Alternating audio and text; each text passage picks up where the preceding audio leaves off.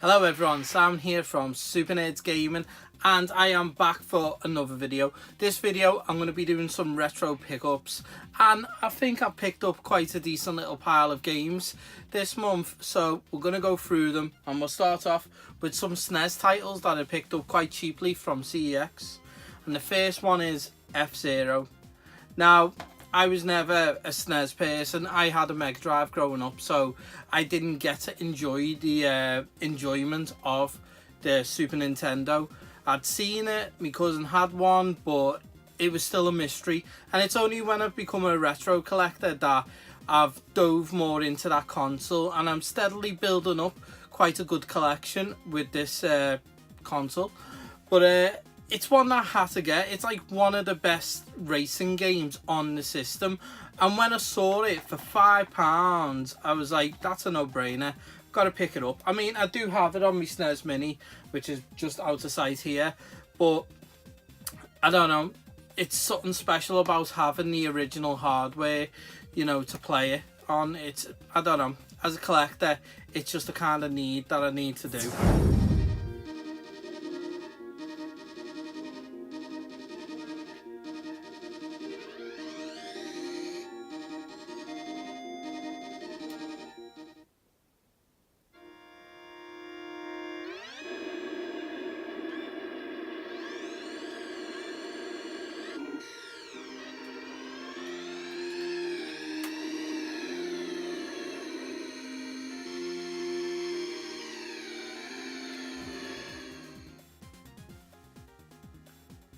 Loving how fast this F-Zero game is.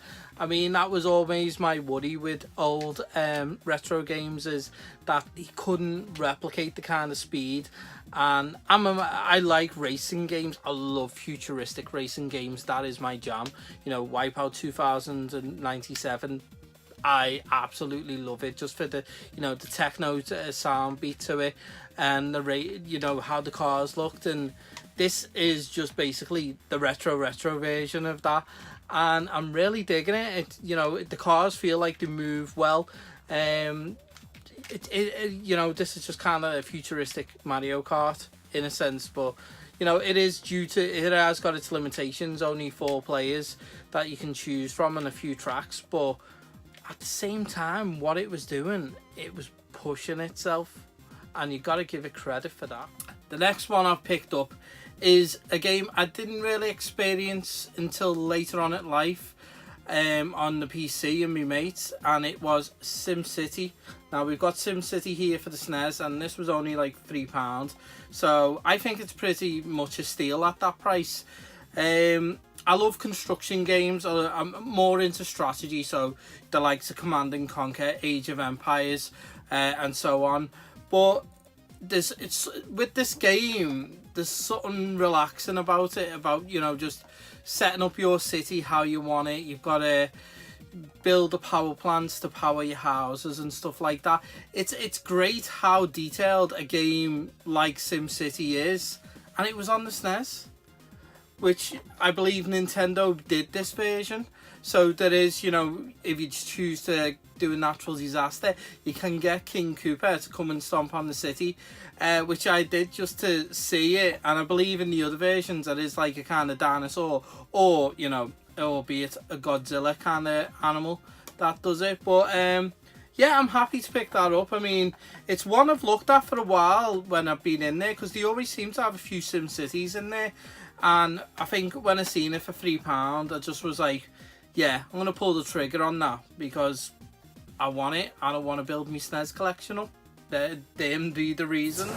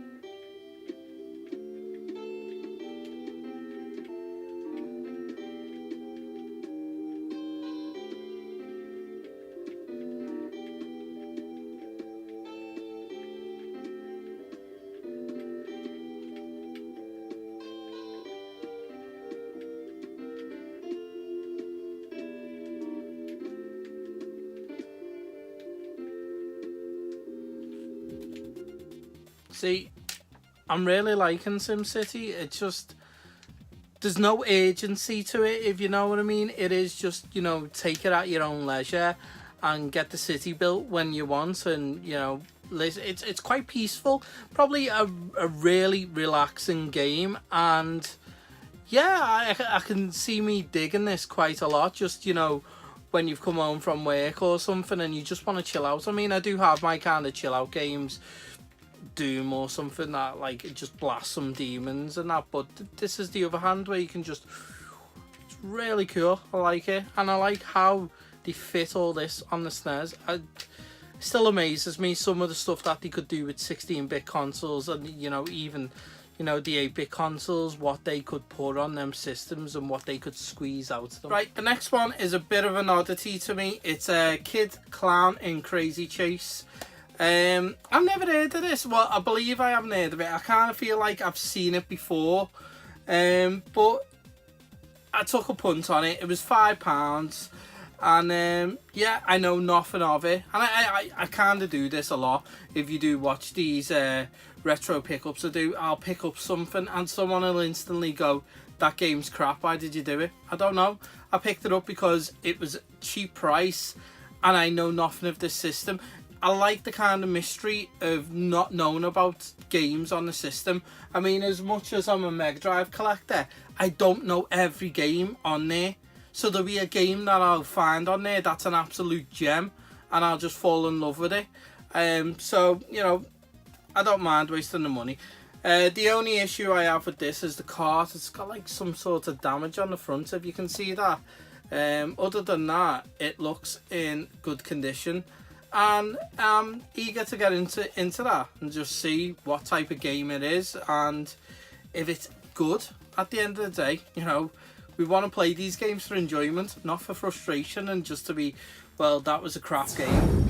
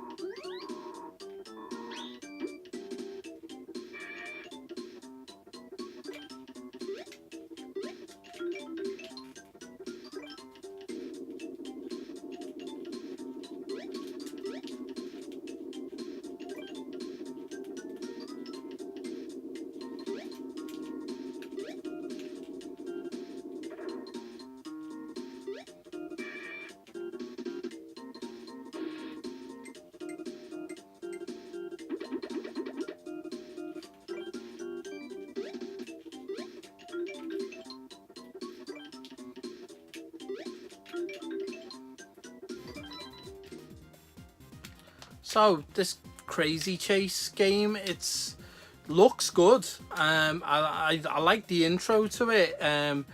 The characters look fantastic. The graphics, you can see they've done a lot of work with it.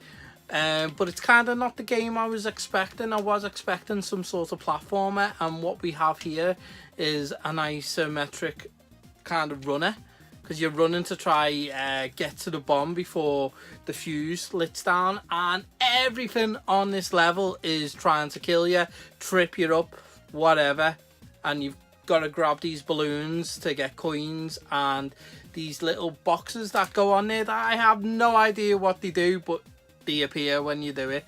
But I would say this is probably a good purchase because it intrigues me. It's not something that I was like, ugh, but really, I think it looks really good.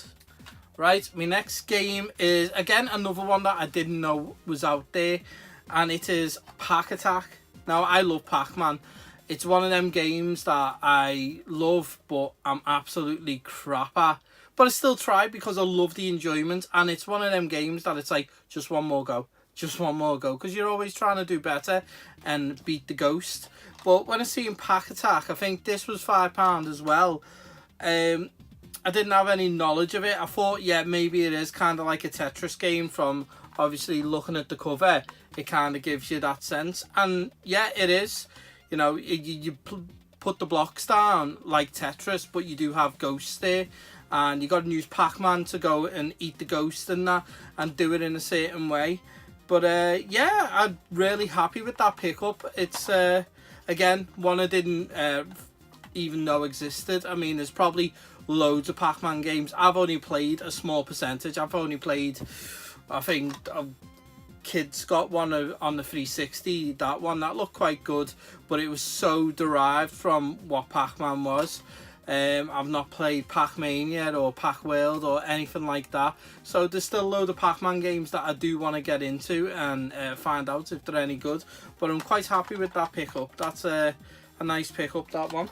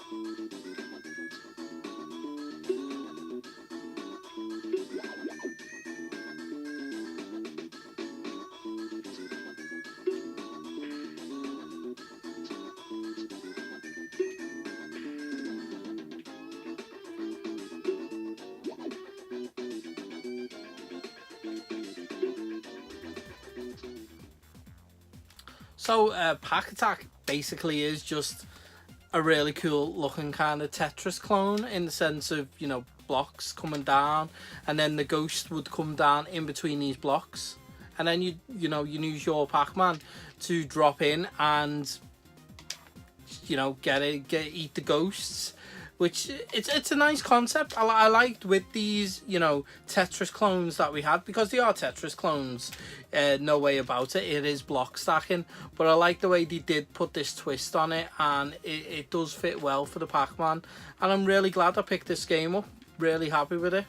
Right, so that's all. Oh, sorry. So right, that is all the SNES games gone. We have some Master System games now. Now, these are from cash converters, if I remember correctly. Yes, they are. And they were just randomly sat on the shelf there. I think they'd been in the cash converters for a while, because I had seen them behind there. And obviously no one wanted them. So they've been dropped in price, because I'm sure these were like £10 each. They're now £4.99. So £5 each, really. And the first one I picked up from there was The Lion King for the Master System. I love the Lion King game. I love it on the Mega Drive. I haven't got it on the SNES yet. I don't think so. No, I don't think I have got it on the SNES. But I really enjoyed the Mega Drive version. And the Master System always surprises me with how good the games look on there. For an inferior system to the Mega Drive, because that's the only console I grew up with for a long time. Going back and looking at some of these 8-bit games and what the developers squeezed out of that machine is incredible, and I'm hoping that this is much the same as what the Mega Drive is. And you know, it's got the playability. Hopefully it's got some of the music in there. Yeah, I don't know really what to expect from it, but it's a Disney game, and that kind of era of Disney games on the 8-bit and 16-bit were good, so I'm hoping to get a bit of a treat there. And yeah, I probably will love it. I probably will.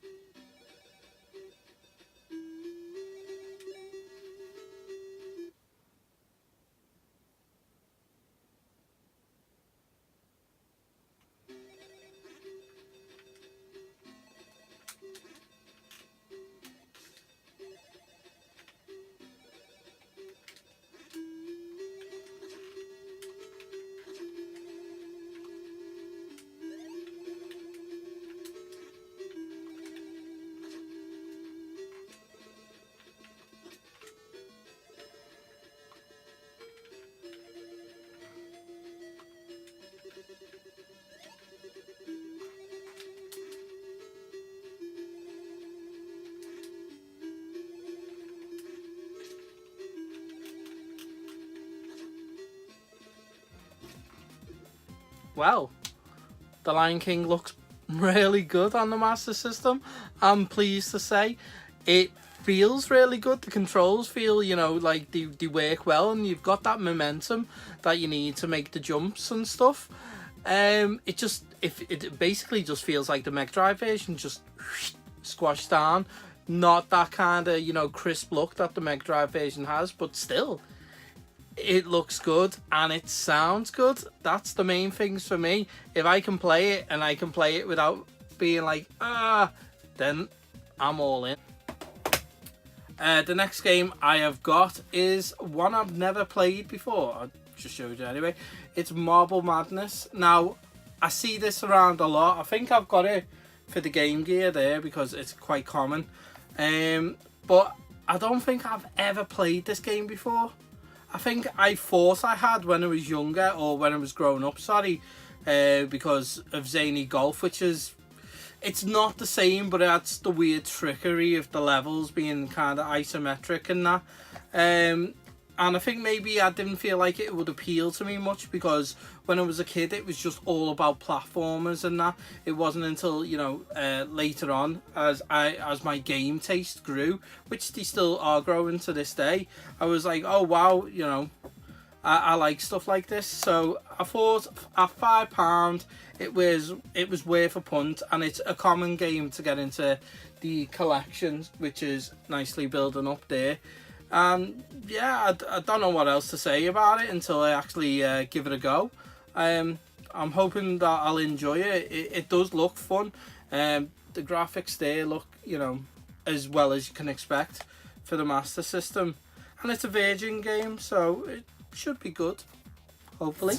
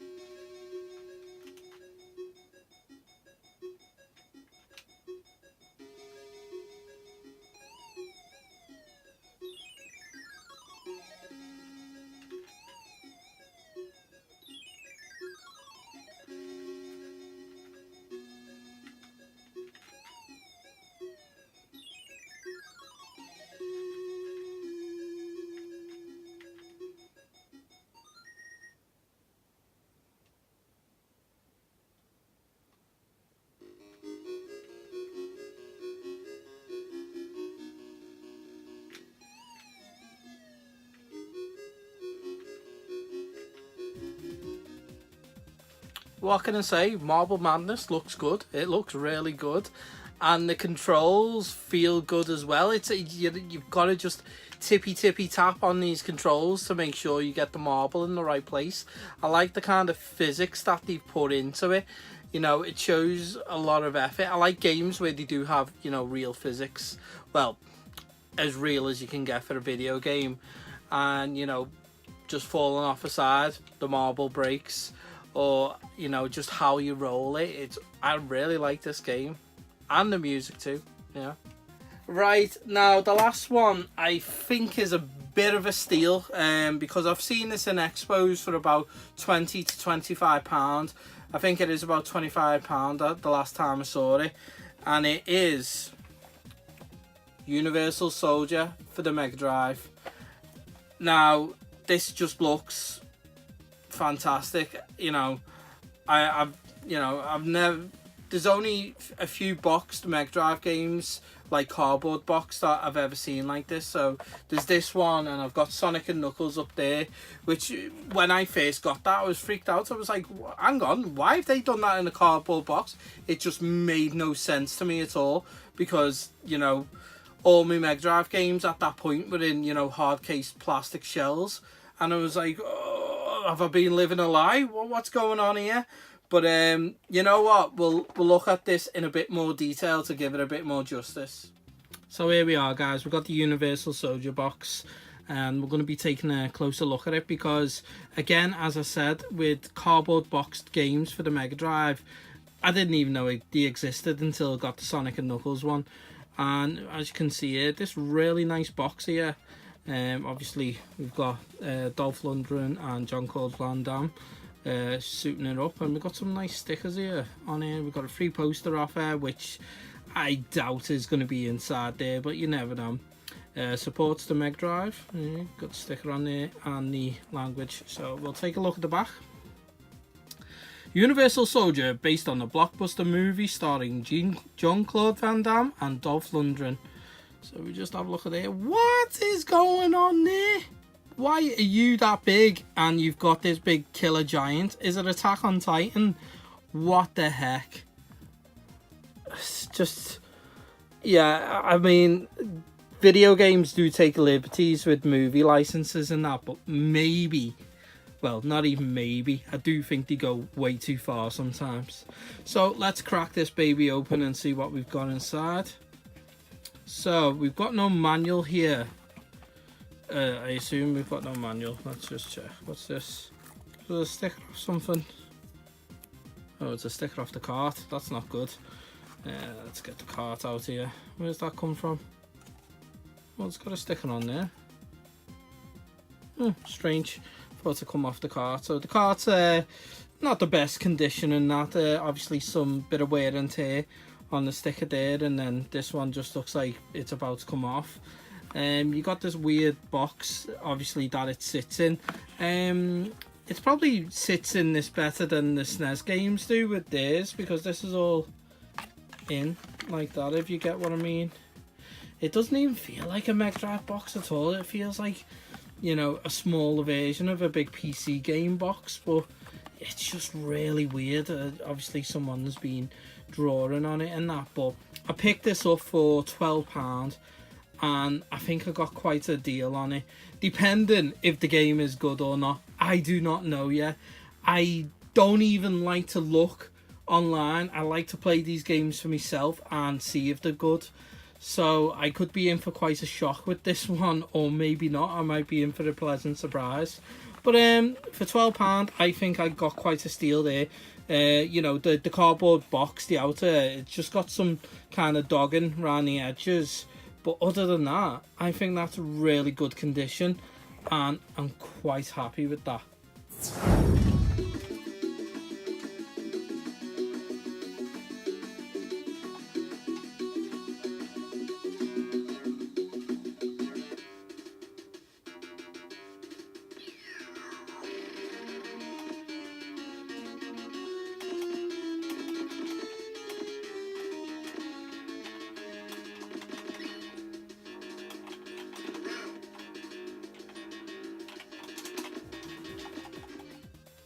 This game has got a really basic kind of look to it, and the gunfire just doesn't feel to have that oomph of this kind of game. Like, you know, it feels like it wants to be Contra in a way, but it can't decide if it does or if it just wants to be its own thing.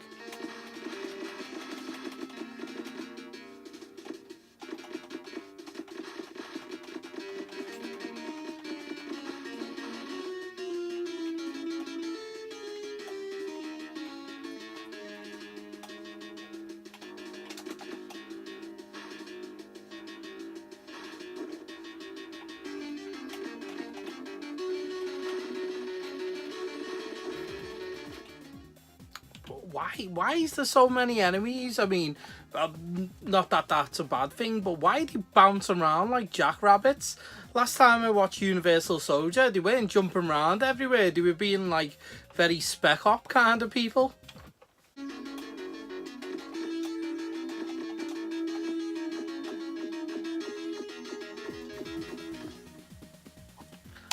And what's going on? Why is the whole forest trying to kill, you know, our protagonist here? It's like you've got bumblebees trying to kill him, you've got spiders, there's death pits. When did this happen in Universal Soldier? Telling you, they have definitely taken liberties with this game, and maybe not for the best.